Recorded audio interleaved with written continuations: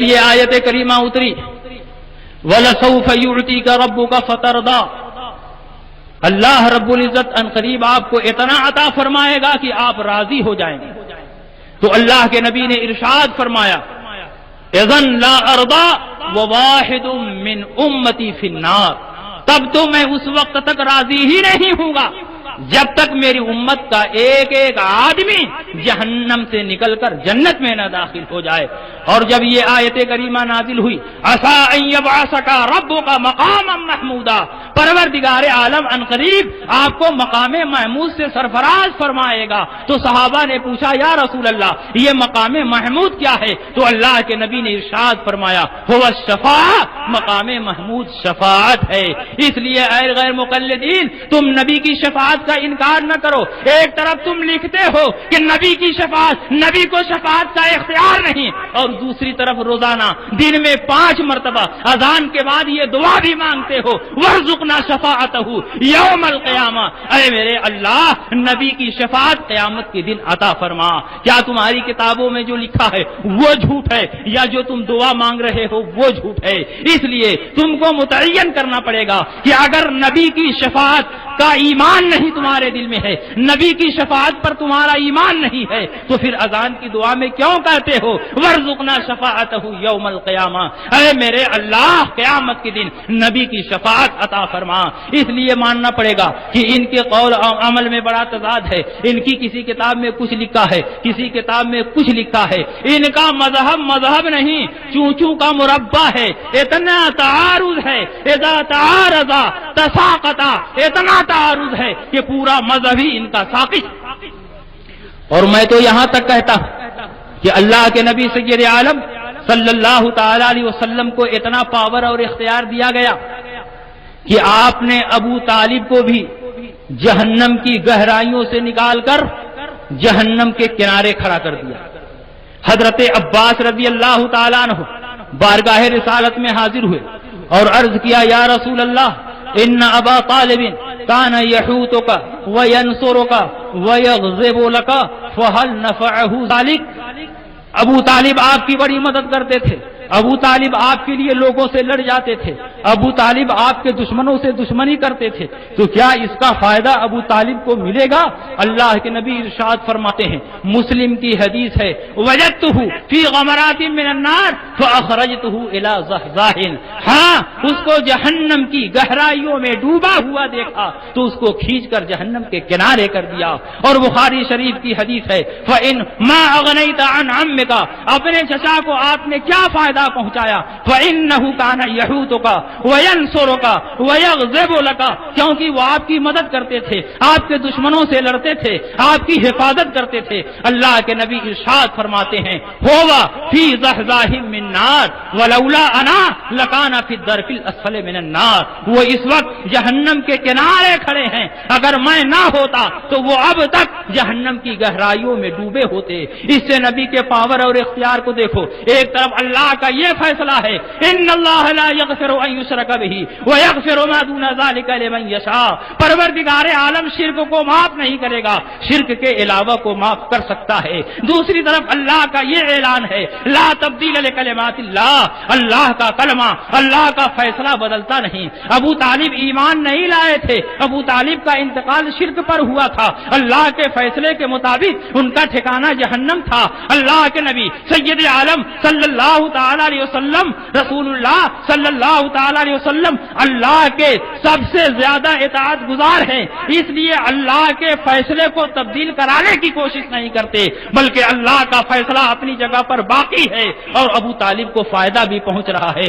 ابو طالب جہنم میں ہیں لیکن بالکل کنارے ہیں جہنم کے، جہاں صرف ٹخنا آگ کے اندر ڈوبا ہوا ہے، آپ کے ٹخنے میں آگ کی جوتی پہنائی گئی ہے اور پورا وجود جہنم سے آزاد کر دیا گیا ہے۔ اس کو ایک تمثیل کے ذریعے سمجھیے، اگر کوئی آدمی بیچ دریا میں کھڑا ہو اور سر تک پانی ہو تو بھی کہیں گے کہ دریا میں کھڑا ہے، اور اگر کمر تک پانی میں ہو تو بھی کہیں گے پانی میں کھڑا ہے، اور اگر گھٹنے تک پانی میں ہو تو بھی کہیں گے دریا میں کھڑا ہے، اور اگر ٹخنے تک پانی میں ہو تو بھی کہیں گے دریا ہی میں ہے۔ جو شخص ٹخنے تک دریا میں کھڑا ہے وہ دریا کے باہر نہیں، اس کو بھی یہی کہا جائے گا کہ وہ دریا میں ہے۔ جو گھٹنے تک پانی میں ہے وہ بھی دریا میں ہے، جو کمر تک پانی میں ہے وہ بھی دریا میں ہے، جو بدن تک پانی میں ہے وہ بھی دریا میں ہے، جو سر تک پانی میں ہے وہ بھی دریا میں ہے۔ اس لیے ابو طالب کے بارے میں یہ کہنا صحیح ہے کہ وہ جہنم میں ہیں، لیکن پروردگار عالم نے جہنم کی گہرائیوں سے نکال کر جہنم کے کنارے کھڑا کر دیا ہے۔ اللہ کا فیصلہ بھی اپنی جگہ پر باقی ہے اور نبی کی شفاعت بھی کام کر رہی ہے۔ نبی کے اختیار کا انہوں نے بڑا مذاق اڑایا، نبی کے اختیار بھی کے تصرفات کا انکار کیا، لیکن بے شمار حدیثیں بتاتی ہیں کہ اللہ کے نبی سید عالم صلی اللہ تعالی علیہ وسلم کو اتنا پاور اور اختیار دے کر بھیجا گیا کہ اللہ کے نبی جس کے لیے جو فرما دیے اللہ رب العزت نے فوراً پورا کر دیا۔ آپ آئیے بخاری شریف جلد ثانی کتاب المغازی بابو غزوۃ تبوک کو نگاہوں کے سامنے رکھیے۔ غزوہ تبوک میں مسلمانوں کا توشہ، مسلمانوں کے کھانے پینے کا ساز و سامان ختم ہو گیا۔ اب صحابہ بھوک اور پیاس کی شدت سے تل ملا رہے ہیں۔ صحابہ نبی کی بارگاہ میں پہنچے، یا رسول اللہ صلی اللہ علیہ وسلم ہم بھوک سے تڑپ رہے ہیں، آپ اجازت دیں کہ ہم اپنے اونٹوں کو ذبح کریں اور اونٹوں کا گوشت کھائیں۔ اللہ کے نبی نے ارشاد فرمایا ٹھیک ہے، تم اونٹوں کو ذبح کرو اور اونٹوں کا گوشت کھاؤ۔ صحابہ کرام اونٹوں کو باندھنے لگے، اونٹوں کو گرانے لگے، اونٹوں کو ذبح کرنے کی کوشش کرنے لگے۔ اتنے میں حضرت عمر ابن خطاب آ گئے۔ حضرت عمر ابن خطاب جن کی رائے اللہ رب العزت کے کلام اللہ کے موافق ہوا کرتی تھی، قرآن میں 26 جگہوں پر حضرت عمر ابن خطاب کی رائے کی موافقت میں قرآن پاک کا نزول ہو گیا۔ اسی لیے ان کا خطاب ہے الموافق رائیہ للوحی والکتاب۔ حضرت عمر آ گئے، کہا تم لوگ کیا کر رہے ہو؟ کہا ہم اونٹوں کو ذبح کرنے جا رہے ہیں۔ کہا مدینہ منورہ 1 مہینے کی دوری پر ہے، تم لوگ سنگلاق اور پتھریلی زمین پر چل نہیں پاؤ گے، سب کے سب راستے میں ہلاک ہو جاؤ گے، اس لیے اونٹوں کو ذبح نہ کرو۔ صحابہ نے کہا کہ ہم نے رسول اللہ سے اجازت لے لی ہے، اس لیے آپ منع کرنے والے کون ہوتے ہیں؟ حضرت عمر نے فرمایا کہ تم تھوڑی دیر انتظار کرو، میں نبی کی بارگاہ سے ابھی لوٹ کے آتا ہوں۔ نبی کی بارگاہ میں پہنچتے اور پوچھا یا رسول اللہ هل اذنت لهم ان ينهروا الابل، اے اللہ کے نبی کیا آپ نے انہیں اس بات کی اجازت دی ہے کہ وہ اونٹوں کو ذبح کریں؟ اللہ کے نبی نے ارشاد فرمایا نعم كانوا جوعا فاذنت لهم، ہاں وہ بھوکے تھے اس لیے میں نے ان کو اجازت دے دی ہے۔ حضرت عمر فرماتے ہیں اے اللہ کے نبی مدینہ منورہ 1 مہینے کی دوری پہ سنگلاق اور پتھریلی زمین ہے، یہ صحابہ پیدل نہیں چل سکتے، اس لیے اے اللہ کے نبی آپ اپنے اس حکم کو واپس لے لیں۔ اور جہاں تک صحابہ کے بھوک کا سوال ہے تو اے اللہ کے نبی آپ کی بارگاہ میں کمی کس بات کی ہے؟ اللہ نے آپ کو دین اور دنیا کا پورا اختیار دے کر بھیجا ہے، آپ چاہیں تو صحابہ کا پیٹ بھی بھر جائے اور اونٹوں کو ذبح کرنے کی ضرورت بھی نہ ہو۔ اللہ کے نبی سمجھ گئے۔ اللہ کے نبی نے ارشاد فرمایا ٹھیک ہے تم اعلان کر دو اب کوئی اپنے اونٹوں کو ذبح نہ کرے۔ اعلان ہو گیا۔ بلال حبشی کو فرمایا میرے سامنے چمڑے کا دسترخوان بچھا دیا جائے، چمڑے کا دسترخوان بچھا دیا گیا۔ بلال حبشی نے اعلان کیا رسول پاک کا حکم ہے کہ جس کے پاس جو کچھ ہے وہ اس چمڑے کے دسترخوان پر رکھ دے۔ صحابہ کے پاس کچھ نہیں تھا، انہوں نے اپنے اپنے نقصدان کو چمڑے کے دسترخوان پر جھاڑ دیا، اپنے اپنے جھولے کو چمڑے کے دسترخوان پر جھاڑ دیا۔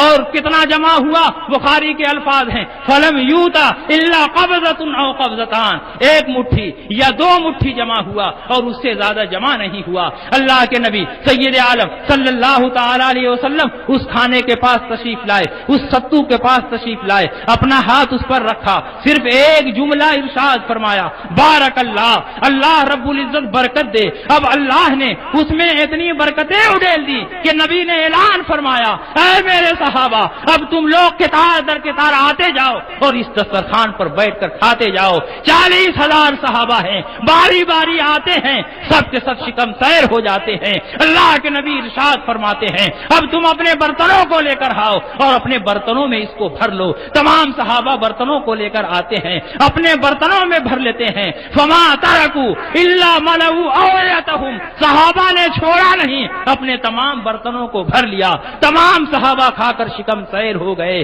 تمام ان کے برتن بھر گئے، لیکن دسترخوان پر جتنا تھا اتنا اب بھی موجود تھا۔ اب مجھے بتاؤ کہ نبی بے اختیار ہیں یا نبی با اختیار ہے؟ جو نبی تھوڑے سے کھانے میں اتنی برکتیں اڈیل دے سکتا ہو کہ 40,000 کا لشکر کھا کر شکم سیر ہو جائے پھر بھی اس میں کچھ کمی نہ ہو، وہ نبی محتاج نہیں، وہ نبی مختار ہوتا ہے۔ منگتا تو ہے منگتا، کوئی شاہوں میں دکھا دو جس کو میرے سرکار سے ٹکڑا نہ ملا۔ میرے دوستو، اس قسم کی مثالیں اگر پیش کی جائیں تو بات طویل ہو جائے۔